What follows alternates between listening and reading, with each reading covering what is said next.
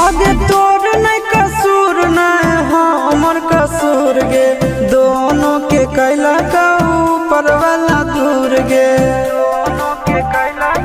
ये सोना आगे तोर नहीं कसूर नहीं हमर कसूर गे, दोनों के कैला का ऊपर वाला दूर गे। आगे आशीष के छोड़ा के तो मिलम चिंटू